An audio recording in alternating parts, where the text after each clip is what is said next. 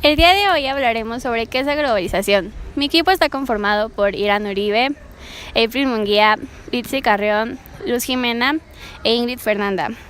¿Qué es la globalización? La globalización es un proceso económico, tecnológico, político, social, empresarial y cultural a escala mundial que consiste en la creciente comunicación e interdependencia entre los países del mundo, uniendo sus mercados, sociedades y culturas a través de una serie de transformaciones sociales, económicas y políticas que les dan un carácter global. La globalización es a menudo identificada como un proceso dinámico producido principalmente por la sociedad y han abierto sus puertas a la revolución informática, llegando a un nivel considerable de liberación y democratización en su cultura política, en su ordenamiento jurídico y económico nacional y en sus relaciones nacionales e internacionales. Sobre la globalización en el tema de la música, les voy a explicar un poco cómo ha ido cambiando la música en la prehistoria hasta nuestra actualidad y también les voy a dar algunos ejemplos. Por ejemplo, la música en la prehistoria fue la música que se creaba e interpretaba en la prehistoria, es decir, en culturas anteriores a la intervención de la escritura. En ocasiones se le denominaba música primitiva con un término que puede incluir la expresión musical de las culturas primitivas. También podemos apreciar sobre la música de la Edad Media, que fue la música medieval. Esa música fue compuesta en Europa sobre el periodo de la Edad Media. Esto es aproximadamente entre la caída del Imperio Romano en el occidente en 476 y el siglo XV. La única música medieval que fue escrita es ligada a la Iglesia. También está la música del Renacimiento, que fue más o menos como una música clásica europea en el Renacimiento entre los años 1400 y 1600 aproximadamente. Tenemos también la música barroca, que fue el estilo musical europeo relacionado con la época cultural homónima, que abarca aproximadamente desde el nacimiento de la ópera en torno a 1600 hasta la muerte de Johann Sebastian Bach en 1700. También tenemos la música del clasicismo, que el clasicismo es estilo de la música culta europea, desarrollado aproximadamente entre 1750 y 1820. Este es un periodo clave para la orquesta porque se configura la orquesta sinfónica. La música del romanticismo fue un periodo que transcurrió aproximadamente entre principios de los años 1820 y la primera década del siglo XX. El romanticismo como movimiento global en las artes y filosofía tiene como precepto que la verdad no podía ser deducida a partir de axiomas, que en el mundo había realidades inevitables que solo se podía captar mediante la emoción, el sentimiento y la intuición. Y llegamos hasta nuestra música moderna, que fue un poco antes de la música clásica del siglo XX. La música modernista se refiere a la música de la tradición europea escrita, o música clásica también la podemos llamar, elaborada aproximadamente entre 1910 y 1975. Fue producida por la música del romanticismo y posromanticismo sucedida por la música clásica contemporánea. La música modernista está basada en los valores filosóficos y estéticos del modernismo. Tenemos también la música clásica del siglo XX, también llamada como música culta, académica, contemporánea, etc. Fue extremadamente viceversa y comenzó con la continuación de los movimientos vigentes a final del siglo XIX. También tenemos la música contemporánea, que es la música de 1935 hasta la actualidad.